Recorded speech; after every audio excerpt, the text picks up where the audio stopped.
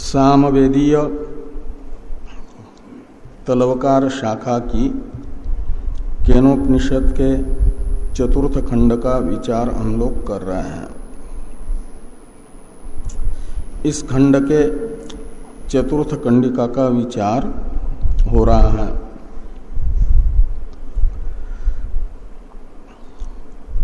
मंदमति साधकों की बुद्धि मंदता को दूर करने के लिए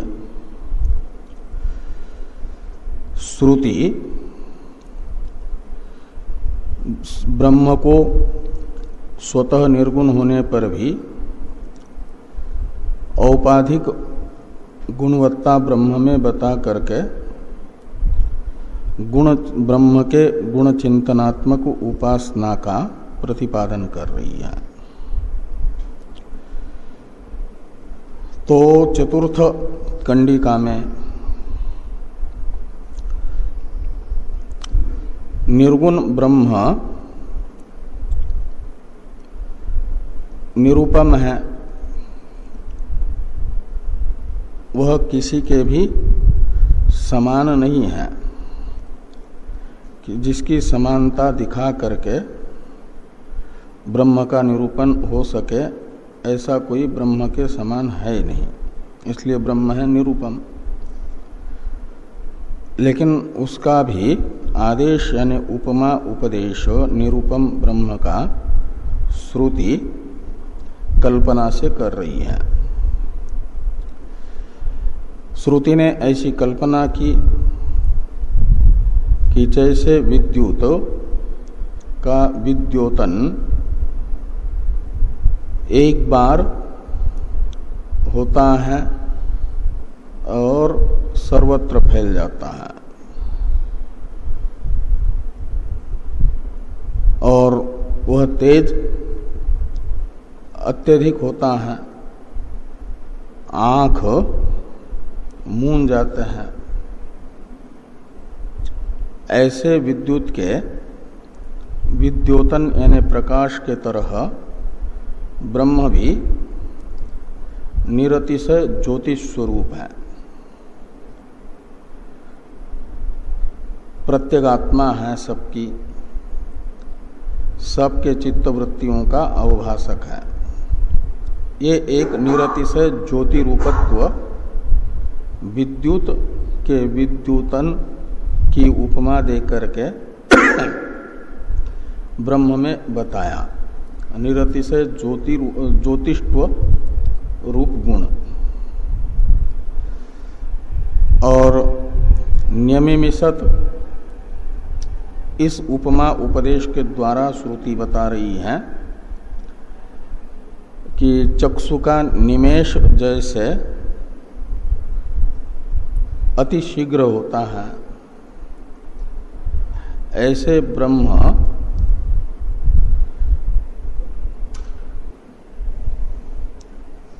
तो ब्रह्म अपनी जो कृति हैं, जगत की उत्पत्ति स्थिति लय, उसे चक्षु के निमेषण के तरह अविलंब से करता है, अतिशीघ्र करता है। क्योंकि ब्रह्म के सृष्टि में कोई प्रतिबंधक नहीं और सत्य संकल्प होने के कारण आयास की भी आवश्यकता नहीं, संकल्प मात्र करने की जरूरत है। संकल्प जितने समय में हो जाएगा उतने ही समय में विश्व की रचना बन जाती है, हो जाती है। जैसे निमेष बहुत जल्दी हो रहा है, ऐसा तो जगत सृष्टि विषयक कृति में शीघ्रकारित्व, ये एक गुण बताया गया नियमिसत इस उपमा उपदेश के द्वारा। यह अधिदैव उपदेश है का अर्थ है तत्त्वमसि वाक्यांतर्गत तत्पद वाच्यार्थ जो सोपाधिक ब्रह्म है। तद विषयक उपदेश है, उसी को अधिदैवत में देवता शब्द से लेना है। तत्पद वाच्यार्थ सगुण ब्रह्म को, और उसमें उसका ये उपमा उपदेश है, तस्येष आदेश, इससे बताया गया। भाष्य में भाष्यकार भगवान एतद् विद्युतो व्यद्युतत्, इसमें व्यद्युतत् पद का दो प्रकार से व्याख्यान कर रहे थे। पहला है विद्योतनम, ऐसा व्यद्युतत् शब्द का अर्थ करना है, प्रत्यार्थ जो कर्तृत्व है उसको अविवक्षित करके प्रकृति जो धातु है तदर्थ को मात्र प्राधान्य दिया गया।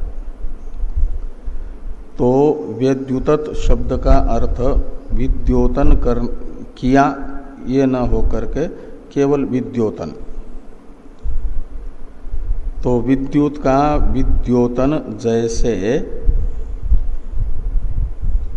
होता है, अभिव्यक्त होते ही सर्वत्र फैल जाता है और अत्यंत प्रकाश स्वरूप होता है, वो विद्योतन। ऐसे ही ब्रह्म विद्युत के विद्योतन के तरह है, विद्युत के विद्योतन के तरह है, यानी अत्यंत तेजस स्वरूप है, निरतिशय ज्योतिष स्वरूप है। और अथवा करके प्रत्यार्थ को विवक्षित ही यदि मानना है तो कहा कि तेजः पद का अध्यार किया जाए विद्युतः के पास में, विद्युतः तेजः, विद्योतत्, व्यद्युतत् का कर्ता हो जाएगा वो तेज। तो विद्युत का तेज जैसे अभिव्यक्त होता है, प्रकाशित होता है, वो अत्यंत प्रकाशवान है, प्रकाश स्वरूप। ऐसे ही ब्रह्म प्रकाश स्वरूप है। अर्थ तो ये निकलेगा दार्ष्टान्त में। तो इसलिए कहा अथवा विद्युतः तेजः इति अध्याहार्यम, व्यद्युतत् यानी विद्योतितवत्, विद्योतितवत् का वो कर्ता हो जाएगा तेज। और आ शब्द उपमा अर्थ में है, इसलिए कहते हैं आ यानी इव। आगे हैं विद्युतः तेजः सकृत विद्योतितवत् इव इति अभिप्रायः। तो विद्युत का स्वरूपभूत तेज एक बार अभिव्यक्त हुआ हो करके सर्वत्र व्यापक होता है, जैसे ऐसे ब्रह्म जो तत्पद वाच्यार्थ है सबके मनोवृत्तियों का अवभाषक है, अपने कार्य रूप सभी कार्यक्रम संघातों में प्रत्येक आत्मा के रूप में अभिव्यक्त है। ये यहाँ पर बताया जा रहा है। उसकी उपाधिभूत जो मन है वो एक बार उत्पन्न होता है, उसमें मन के अधिष्ठानभूत ब्रह्म की अभिव्यक्ति होती है। ये सभी में उसका एक बार अभिव्यक्त होकर के व्यापक होना है और वह मन का साक्षी बन करके फिर रहता है। ये विद्युत के विद्योतन के तरह है।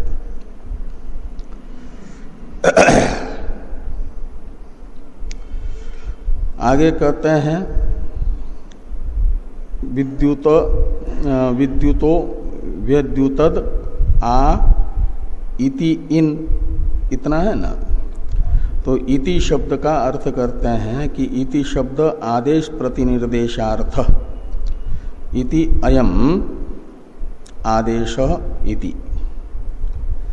तो इति शब्द आदेश प्रतिनिर्देशार्थ है, का मतलब आदेश का परामर्शक है। इसलिए टीकाकार कहते हैं प्रतिनिर्देशार्थ यानी परामर्शार्थ इत्यर्थ। उससे पहले की टीका पढ़ेंगे। तो परामर्शार्थ, प्रतिनिर्देश शब्द का अर्थ कर दिया परामर्श, यानी आदेश का परामर्श करने के लिए है। इति शब्द का अन्वय आदेश की जाएगा, इति तस्य आदेश, ऐसा। और इत शब्द कहते हैं समुच्चयार्थ। दो उपमा उपदेश है ना यहाँ पर, उन दोनों उपमा उपदेशों का समुच्चायक है इत ये निपात। कहाँ पर है इत? इति इन, तो न को तकार को नकार हुआ है। तो थोड़ी टीका है, टीका को देखिए। तो बताया ना दो उपमा उपदेश है, दो उपमा बताई ना यहाँ पर। एक विद्युत का विद्योतन और दूसरा आँख का निमेशन। ये दो उपमाएं हैं, इन दोनों का समुच्चायक है इत। और इन दो उपमानों से दो गुण बताए गए हैं ब्रह्म में उपासना के लिए। विद्युत विद्योतन से बताया गया निरतिशय ज्योतिष्व रूप गुण, और नियमिसत इस उपमा उपदेश से बताया गया सृष्टियादि शीघ्रकारित्व, जगत सृष्टियादि शीघ्रकारित्व।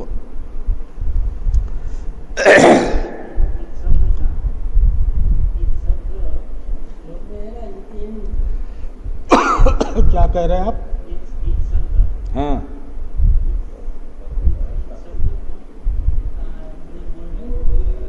मूल में कहाँ है?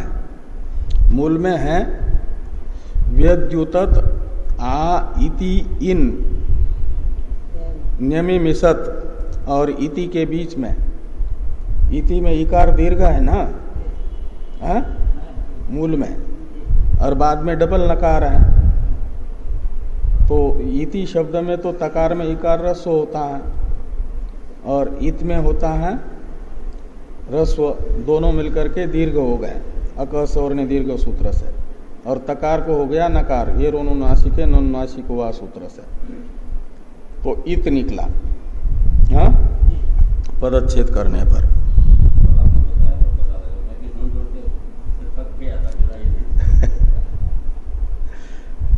इति इत। थोड़ी टीका है, टीका को देख लो। तो विद्युतः सकाशात विद्योतनम कृतवत इति अनुपपन्नम ब्रह्मणः स्वयं ज्योतिष्वात्, यानी विद्युतत का कर्ता यदि एतत् शब्द से ग्राह्य जो ब्रह्म है उसको बनाते हैं, ये यद एतत् विद्युतो व्यद्युतत, इसमें एतत् शब्द है प्रथमांत और वो है प्रकृत ब्रह्म का परामर्शक। और इस प्रकृत ब्रह्म को यदि हम कर्ता मानेंगे व्यद्युतत का, तो अर्थ निकलेगा विद्युत के विद्युत संबंधी, विद्युत षष्ठ्यंत है, विद्युत संबंधी विद्योतन करने वाला, विद्युत के विद्योतन का कर्ता ब्रह्म, ये अर्थ निकलेगा। लेकिन इस प्रकार का अर्थ कहते हैं अनुपपन्न है। तो विद्युतः सकाशाद विद्योतनम कृतवत इति अनुपपन्नम, यहाँ तो विद्युत के प्रकाश में अपने को अभिव्यक्त किया, ऐसा विद्युतः सकाशात, विद्युतः को पंचमेंत मान करके। तो विद्युत का प्रकाश ब्रह्म की अभिव्यक्ति में निमित्त बन जाएगा। जैसे घटादि पदार्थों को रात में दीप के प्रकाश से देखा जाता है, ऐसे विद्युत के प्रकाश में अभिव्यक्त हुआ ब्रह्म। ऐसा यदि अर्थ करेंगे, ब्रह्म ने अपने आप को अभिव्यक्त किया विद्युत से, विद्युत चमकी और ब्रह्म दिखा, ऐसा मानेंगे यदि, तो कहते हैं विद्युत सकाशात विद्योतनम कृतवत इति अनुपपन्नम, ये अनुचित अर्थ निकलेगा। क्यों? तो ब्रह्म पर प्रकाश्य हो जाएगा, जबकि वो स्वयं ज्योति है। तो ब्रह्म न स्वयं ज्योतिष्वात, स्वयं ज्योतिष स्वरूप होने से वह पर प्रकाश्य नहीं बन पाएगा, और ऐसा अर्थ निकालेंगे तो पर प्रकाश्यत्व की आपत्ति आएगी। दूसरा, पराधीन प्रकाश अनुपपत्ते, ये एक हेतु बताया जा रहा है। तो ब्रह्म स्वयं प्रकाश होने के कारण उसमें पराधीन प्रकाशत्व नहीं होगा। तो विद्युत, तो इसलिए दूसरा अर्थ करते हैं, यदि विद्युतः को पंचम्यंत न मान करके षष्ट्यंत, तो विद्युत संबंधी द्योतनम कृतवत, तो विद्युत से स्वयं अभिव्यक्त नहीं हुआ, लेकिन विद्युत का जो प्रकाश है उस प्रकाश को ब्रह्म ने किया, ये अर्थ कर लो। विद्युतः विद्योतनम कृतवत ब्रह्म, ऐसा अर्थ यदि करते हैं तो कहते हैं ये अर्थ भी अनुपपन्न है। कृतवत इति अनुपपन्नम, क्यों? कहते हैं विद्योतन रूप क्रिया तो है विद्युत आश्रित, उसका कर्ता ब्रह्म नहीं बन पाएगा। अन्याश्रित क्रिया का कर्ता अन्य नहीं होगा। इसी अभिप्राय से कहते हैं अन्याश्रयस्य विद्योतनस्य, विद्योतन है विद्युत के आश्रित, विद्युत का धर्म, और उसका अन्य कर्ता यानी ब्रह्मरूप कर्ता नहीं हो जाएगा। तो विद्योतन से अन्य कर्तृकत्व अनुपपत्ति है। इसलिए यहाँ पर विद्युत शब्द का अर्थ करना पड़ेगा प्रत्यार्थ को अविवक्षित मान करके, क्रिया का जो अर्थ है विद्योतन, इतना ही। इस अभिप्राय से कहते हैं कि अतो यथाश्रुत अर्थ असंभवात् अन्यत्र तात्पर्यम वक्तव्यम इत्यर्थ। तो व्यद्युतत क्रियापद का यथाश्रुत अर्थ निकल नहीं रहा है, इसलिए उसका तात्पर्य अन्य अर्थ में समझना चाहिए। वो अन्य अर्थ क्या होगा? प्रत्यार्थ अविवक्षित, और क्रिया का जो अर्थ है धातु का क्रिया रूप अर्थ, वही विवक्षित मानेंगे। तो व्यद्युतत इस क्रियापद का अर्थ करेंगे विद्योतनम। तो विद्युत के विद्योतन जैसा ये तत् यानी ब्रह्म है, विद्युत के विद्योतन जैसा ब्रह्म है, ये अर्थ निकलेगा फिर वाक्य का। अथवा तेज पद का अध्यार करके विद्युत का तेज जैसे विद्योतन करता है यानी अभिव्यक्त होता है, ऐसे ब्रह्म तेजस स्वरूप है, ये अर्थ निकलेगा। प्रतिनिर्देशार्थ का अर्थ कर दिया परामर्शार्थ। अब इत शब्द के अर्थ के विषय में भाष्यकार कहते हैं कि इत शब्द समुच्चयार्थ। अब ये वहां तक का अर्थ हो गया, नियमिमिषत के पहले तक का, इत शब्द तक का। नियमिमिषत ये दूसरा उपमा उपदेश है। इसका अर्थ करते हैं भाष्यकार भगवान कि अयंच अपरह तस्य आदेश। अयम शब्द से लेना नियमिमिषत इस वाक्य को, कि नियमिमिषत इत्याकारक एक दूसरा उपमा उपदेश है ब्रह्म का। आदेश का अर्थ उपमा उपदेश है। कहा को असौ, तो कौन सा है वह उपमा उपदेश? कहते हैं नियमिमिषत असो यानी वो उपमा उपदेश, कह यानी कौन सा है दूसरा उपमा उपदेश आदेश। तो कहते हैं नियमिमिषत इस वाक्य से दूसरा आदेश बताया है। पहला तो विद्युत विद्युतत ये हुआ, और नियमिमिषत का अर्थ किया जा रहा है कि यथा चक्षुर नियमिशन यानी निमेषम कृतवत, तो चक्षु का जैसा निमेषन हुआ है, निमेषन हुआ है। तो चक्षुर यथा निमेषनम कृतवत, तो निमेष कैसा करता है चक्षु? तो बहुत शीघ्र करता है। जिसके चक्षु का निमेष होता है उसको पता भी नहीं चलता कि हुआ भी कि नहीं हुआ, इतनी जल्दी होता है ना। तो यहाँ नियमिषत में नीच प्रत्यय है, वह नीच प्रत्यय प्रेरणार्थ में होता है, लेकिन यहाँ पर उसका प्रेरणा रूप अर्थ विवक्षित नहीं है, स्वार्थ में है। ये कहते हैं कि स्वार्थे नीच, नियमिषत यह क्रियापद नीच प्रत्यांत है और वह नीच हुआ है स्वार्थ में, प्रेरणार्थ में नहीं तो निमेष कराया। तो चक्षु तो निमेष नहीं कराता, करता है। चक्षु निमेष का करता है, प्रयोजक नहीं है।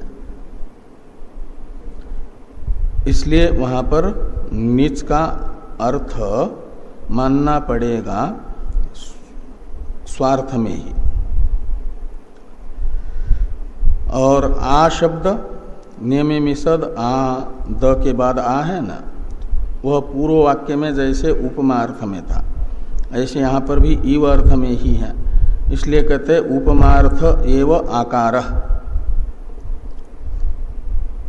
तो चक्षु के निमेष के तरह ब्रह्म है। एतत्पद की से ग्राह्य ब्रह्म को लेना, उसी का ये दूसरा उपमान है।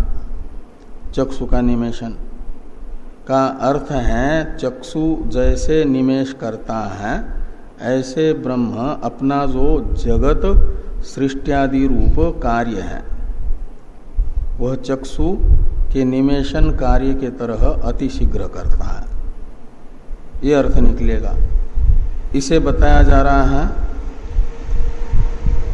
कि चक्षुषो विषयम प्रति प्रकाशतिरो भावो इव च इत्यर्थ। तो चक्षु का अपने विषय रूपादि के प्रति प्रकाशतिरो भाव जैसे अति शीघ्र होता है, प्रकाशतिरो भाव है निमेषन, ऐसे ब्रह्म अपने कार्य जगत सृष्टियादि अति शीघ्र करता है। ये टीका में स्पष्ट हो जाएगा। इति अधिदैवतम यानी देवता विषयम ब्रह्मण उपमान दर्शनम। और देवता शब्द से लेना वही सगुण ब्रह्म, तत्पदवाच्यार्थ, तद विषयक ये उपमा उपदेश है। इसे अधिदैव उपमा उपदेश कहा जाता है। थोड़ी टीका है नियमिषद इत्यादि के विषय में, इसे देखिए। चक्षुषो निमेषनम द्रुतम भवति इति प्रसिद्धम तद्वद ब्रह्मणि क्षिप्रकारित्वं सृष्ट्यादो प्रतिबंधा भावेन आयासा भावेन च द्रुतकारित्वं धर्मो अधिदैवतम। तो ये कह रहा है चक्षुषो निमेषनम द्रुतम भवति, तो चक्षु का निमेषन रूप व्यापार जैसे शीघ्र होता है, ये प्रसिद्ध है लोक में। तद्वत ऐसा ही ब्रह्मणि सृष्ट्यादो क्षिप्रकारित्व यानी जगत सृष्टि स्थिति लय विषयक सप्तमी विषय अर्थ में है। तो सृष्ट्यादि विषयक क्षिप्रकारित्व है। क्षिप्र शब्द का अर्थ होता है जल्दी। तो ब्रह्म जगत को शीघ्र ही बनाता है, जगत का पालन भी शीघ्र ही करता है और जगत का लय भी शीघ्र ही करता है। ऐसा क्यों होता है, विलंब क्यों नहीं होता जगत बनाने में? तो कहते इसलिए कि प्रतिबंधा भावेन, ब्रह्म के जगत निर्माणादि क्रियाओं में कोई प्रतिबंधक नहीं होता है। तो प्रतिबंधक का अभाव होने से एक, और दूसरा आयासा भावेन च, और ब्रह्म को संकल्प से अतिरिक्त दूसरा कोई प्रयास भी नहीं करना पड़ता। कहीं से कोई कच्चा माल लाने की जरूरत नहीं है जगत बनाने के लिए, और इसलिए संकल्प हुआ, तुरंत जगत बन गया। भावेन च द्रुतकारित्वम धर्मो, ये द्रुतकारित्व धर्म ब्रह्मणि, उसके साथ अन्वय करना है। ब्रह्म में द्रुतकारित्व धर्म है आंख के निमेशन क्रिया के तरह, ये अधिदैवत धर्म है। तो यद ध्येयम ब्रह्म, अब ये टीकाकार बता रहे हैं पूरा जो दो वाक्य के द्वारा अलग अलग दो गुण बताए हैं उसे स्पष्ट करके एक वाक्य से बता रहे हैं कि ब्रह्म की उपासना किस प्रकार इन गुणों से युक्त ब्रह्म की उपासना होगी। यद ध्येयम ब्रह्म तद यथा विद्युतः प्रकाशो युगपत विश्वव्यापक, ये पहले उपमा उपदेश से ये बताया। विद्युतो व्यद्युतत, यह वाक्य बता रहा है कि जैसे विद्युत का प्रकाश एक साथ अभिव्यक्त होते ही सर्वत्र फैल जाता है, विश्वव्यापक होता है, ऐसे ही ब्रह्म निरतिशय ज्योतिष स्वरूप है। सर्वत्र क्यों फैलता है? निरतिशय ज्योतिष स्वरूप विद्युत होने से सर्वत्र व्यापक हो जाता है। ऐसे ही ब्रह्म निरतिशय ज्योति रूप है, ये एक गुण बताया गया, निरतिशय ज्योति रूपत्व, पहले उपदेश वाक्य से। और दूसरे द्रुतम सकल सृष्टियादिकारी, तो शीघ्र ही सृष्टियादि क्रियाओं का निर्वहन करता है ब्रह्म, ये दूसरा द्रुतकारित्व रूप गुण। ये पारम ऐश्वर्य संपन्नम इति उपमानोपदेशन उक्तम, पारम ऐश्वर्य ने परम ऐश्वर्य से संपन्न ब्रह्म है।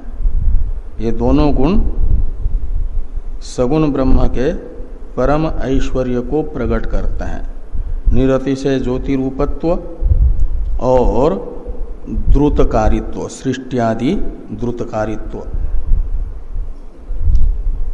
ये परम ऐश्वर्य है किसका? ब्रह्म का।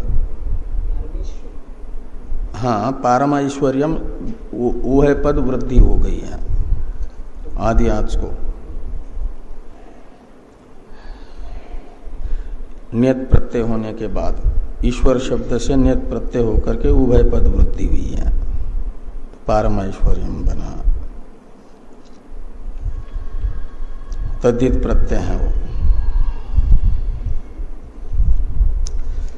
तो इस प्रकार ये चतुर्थ मंत्र का जो व्याख्यान रूप भाष्य तथा भाष्य की व्याख्यान रूप टीका है, इसका विचार पूरा हो जाता है। आज गंगा दशहरा है ना,